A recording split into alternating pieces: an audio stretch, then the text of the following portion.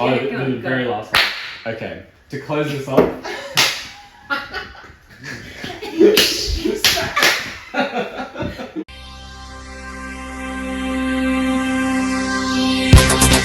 We are here today with Susan Pryor. We're talking all things The Last Anniversary, a mini-series adaptation of Liane Moriarty's novel, currently streaming on Binge. A NIDA graduate, audiences will recognise Susan from Puberty Blues, Animal Kingdom, Jasper Jones and the Rover, to name a few. And she's also worked with theatre companies such as the West End production of Rifle Mine, directed by Philip Seymour Hoffman, and The Present, alongside Kate Blanchett, which transferred to Broadway. Anniversary is a dramedy about a young woman, Sophie, who inherits a house on Scribbly Gum Island and becomes entangled in a family mystery surrounding the island's history. Susan plays the role of Margie. You could call me Susie. Susie? Yeah, or Suze. Susan, do you go, is that your nickname? Is that what you go by? Susie is a nickname. Suze is like my family name. And Spry is my nickname. Spry? Yeah. I like that. That's kind of... Spry is my nickname. Do you get called that a lot on set and stuff? Yeah, actually it started to happen. My dad actually said if you need a stage name, you should have Spry. Yeah. It's a little bit too late now, but it is a really good stage name. Yeah, my stage name, my name's technically a stage name. I've got a different last name. Yeah, I know. So Tilly Roxbury is my porn name. Oh, the drag queen name is like what you last ate and the street you live on. What's mine? Smoothie Smith. Oh, that's good. That works. ChatGPT, please welcome Susie to the show. Who is ChatGPT? Who is Chat? When they're at home. Thank you so much for joining us, Susan. It's such a pleasure to have you here. Congratulations on the last anniversary. Thanks. That's so nice of you. It's such a beautiful laid series. Oh, look, I watched it. That's wonderful. That's wonderful. I might answer that one. Yeah. So have you used ChatGPT? Are you like what do you kind of think about it? I am a rebel. Mm. And I don't tend to follow too many things that we're told to follow. Yeah. Although my dad has mentioned ChatGPT and said he absolutely loves it. Wow. What does he do with it? Swears by it. Like what sort of stuff does he do with it? All sorts of things he does. But and I was quite surprised because normally he loves to read a book, but in this case he's getting great comfort from ChatGPT. Why are you using ChatGPT? See, I find I'm like, because there's a lot of questions about it being in the arts and stuff, and I think it's really useful for eliminating a lot of the really kind of boring tasks that actually give you more time to focus on your art. So it's great like press releases or resumes or any of that. Putting in feedback for grants. Funded? Are you being paid by ChatGPT? No, this is not a paid advertisement. Do you want to be paid by ChatGPT because you're well on the right? Yeah, well I just kind of thought it's such a modern kind of twist and I was like, it's interesting to see, and there's so many discussions about how they kind of intersect the arts and AI. So Very interesting. Why not combine it and stuff? Yeah. It is. It's good to be open to new ideas. I tend to prefer to sort of stay as natural as I possibly can and stay out of the hype. Yeah, that's fair. Well, on that note, we see what questions it asks. So basically the way this works is I put in a prompt, so Do you notice? Do you notice my body language?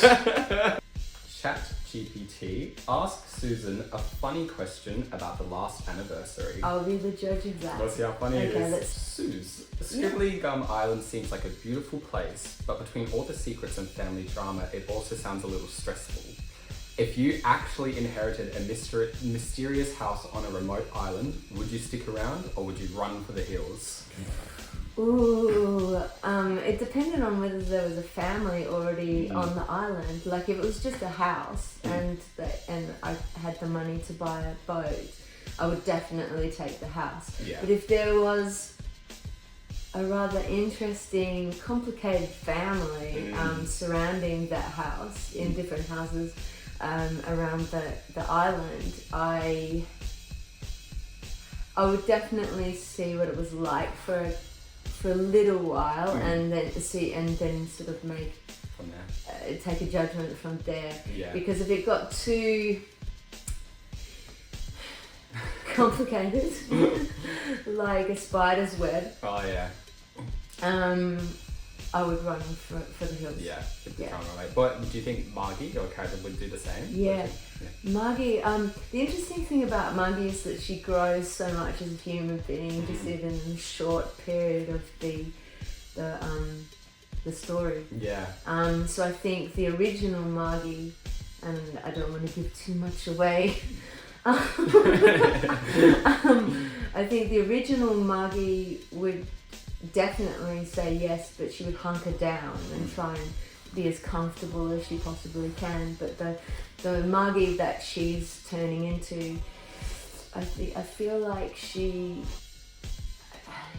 would like it as an anchor, but maybe from there she might go out and explore the world. Yeah. But to be honest, she really, really does love the environment, and it's a beautiful island. Lots of trees, gorgeous wildlife, birds. Where'd you film it? What island? It was in a secret location. Oh. Yeah, in the Hawkesbury River area. Oh wow. There were barges. There were dinghies. Oh my god. There were boats. There were all sorts of floating things that took us from one place to another. And in actual fact, I think about 12 of us, and I hope I'm not exaggerating there, got our boat licenses, which was an absolute perk. Yeah. Claude and I learnt some knife skills at a cooking class. Oh my god. As well. Really so upskilling. That was fun as well. We were upskilling. Yeah. Yeah. Well, on your character with Margie and stuff, I know I've read about the book, and a lot of the reviews said Margie was their favourite character. And I spoke to my mum as well, because my mum's read the book, and she was like, "Oh, I still remember that character and stuff." Oh, I'm like, that's yeah. really sweet. I guess, do you think it's something about the growth, like how she kind of changes and stuff? There's something really interesting. Yeah. Well, that's really interesting because I haven't read any of the reviews, and I don't read reviews, good or bad. Yeah. Because I think they just get caught in your brain, and it's the same with theatre, especially when you're in a theatre show. Even when it's good, then you get to that moment and you're like, there's a pressure to make that good again. Yeah, to make it good another time. Yeah. And that's the death of the moment. Yeah, exactly. So that's quite a compliment to hear that. Yeah. My mum thought she was really sweet. She liked her dresses, and she thought the glasses suited me. That's such a mum. My mum says that. I loved that she said that, and that she liked the homeliness of my character. Okay. ChatGPT, ask Suze a random question. Random. See how this goes. Here we go. Suze, if you could have dinner with any fictional character from a book, movie, or TV show, who would you choose and why? Oh boy, a fictional character. Oh, there's a character in the last anniversary called Hot Ron. Oh yeah. And I would definitely have dinner with him. Why's he good at Hot Ron? Is he? Because he is hot. Actually, that was the original name. He's just called Ron now. Or Ronnie. You have to watch the show to see what happens. See what it means. It's just okay, Hot Ron. GPT, ask Suze a question about her early career. This one? This one? Suze, you've had an incredible journey since your early days from graduating NIDA. Yeah. Flattering. Can you tell us about one of your first professional acting jobs and what you learned from that experience? Oh, I did this incredible show called That Eye the Sky, which was directed by Richard Roxburgh. Oh wow. And starred a whole group of unknown but really spectacular young actors, and the spectacular Hugo Weaving, who had decided that he would, because he liked the project and he liked Richard, that he would do the show for free. Oh wow. Yeah. Oh my god, what didn't I learn? It was because we were exploring it on the floor every single day. So we learned something new every single day. I mean, there was one day where, you know, the process was so organic that there was just one day where everyone's brains just snapped off. And we just sort of sat there and waited for the next inspiration to come. But I mean, that was so exciting, and I still love working with theatre in that organic way. I love theatre and film that pushes you out of your comfort zone into the abyss, just to see what will happen. I guess to learn and work with people like Richard and I've done a lot of new Australian work, and there's always something to discover. I love classics too, because you get on the ride and you're taken on this journey and you're just going to go, okay, I 100% relax. But with new Australian work, sometimes it's like a little bit clunky, and you're woken up out of that dream world, but you're exploring and you're really, really working together as a team. And this TV, like in the last anniversary, since that was a new Australian series as well, and you've got a big Australian team as well. That was so exciting as well, because okay, so the original book was quite different from the end script. And what John Paulson, our wonderful director, wanted us to do was learn everything, so it was completely in our bodies, but just feel it on the day. And you know, sometimes you'd add something, sometimes you'd drop something, but it was again an organic experience. And he was fun to work with, because he'd add something that, just a little twist, just a little John Paulson twist of humour, which is really sweet. And I think looking back on the end product, that's his little fingerprint. And I love that about him. But reading Liane Moriarty's book, I found it really fresh, and sort of touched on male, female politics in a really fresh way, even before Me Too. Like she's kind of pushing the envelope even before that. Like women questioning, you know, does this feel comfortable to me, or and can I find a new way?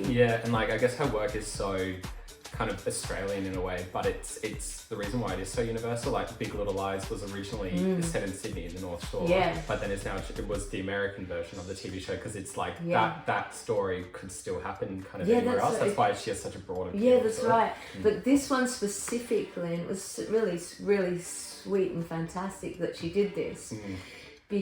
She said that she wanted this one to be made in Australia, and I think it's a wonderful way of sending the work out into the world, instead of sort of imprinting it on with the American stamp, and saying, here, come into our Australian world, and hopefully there'll be a new audience that grows from this sort of angle, because I come from Scotland. Like, even as a young person discovering films, I found Australian work kind of, it was a certain taste, and I had grown up with my father's taste in films, and in fact I didn't watch many films as I was growing up. I was a big reader, but when I started watching Australian films, I found them gritty and different, but then I developed an appetite, and I think the last anniversary really has the opportunity to give other countries the real appetite, a certain kind of appetite of Australian work. Of course, there are many different types of Australian work, but there is a cool grittiness and an outspoken angle to the last anniversary that I like. I like that all the women they're not apologetic. Yeah. There are a lot of really strong, my character's a little bit apologetic, but there are a lot of really strong, gung-ho women in this cast.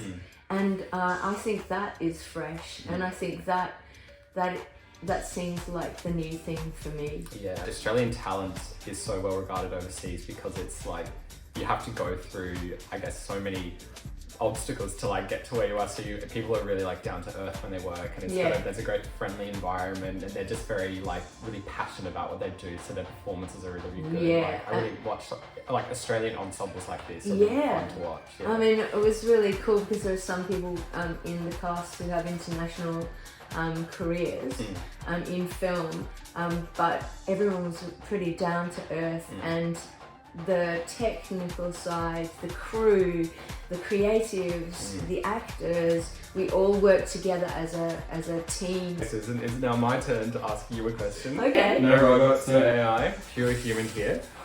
What, given the perfect world, and given you've already explored so much in so many different roles, what would be, if you had the ideal, what kind of, not necessarily character would you like to play, but some kind of facet about human life would you like to explore in your next project? I would like to work a little bit more internationally, because I am from an international world. As in, I was born in Scotland. I do have, a passport to work over in the United Kingdom. I guess I always wanted to explore an awkward detective. Oh, like detective. Yeah. Am I awkward? An awkward detective. I did a proof of concept for something called Scotch Finger, where I was playing a sex worker. I was playing a dominatrix who was also a mother. And I really, really loved how complicated that character was. I guess it's like flips on its head, because I guess, why an awkward detective is so good is because it's interesting, because a detective is meant to be very like switched on and very knows all the answers. So then to see it in its opposite, and then like a mother, you would think would like, this like, very conventional, and then has this double life. Wasn't the Pink Panther an awkward Yes, detective? he is. Inspector Clouseau. That's your next role. A female Inspector Clouseau. Have you seen the? But I also want to play Ms. In Between. Ms. In Between. Ms. In Between. To play Ms. In Between because Mr. In Between was sort of like this character that was a father, but he was also, he came across in sort of like an unassuming way, but in the background of his world he was really quite ferocious. Yeah. And I would love to play a character that's surprised in those ways. You're assuming one thing, and you're not expecting what actually happens, and I think I probably feel like that in real life. Yeah, exactly. Yeah. Oh, you went on in the States, right? You did.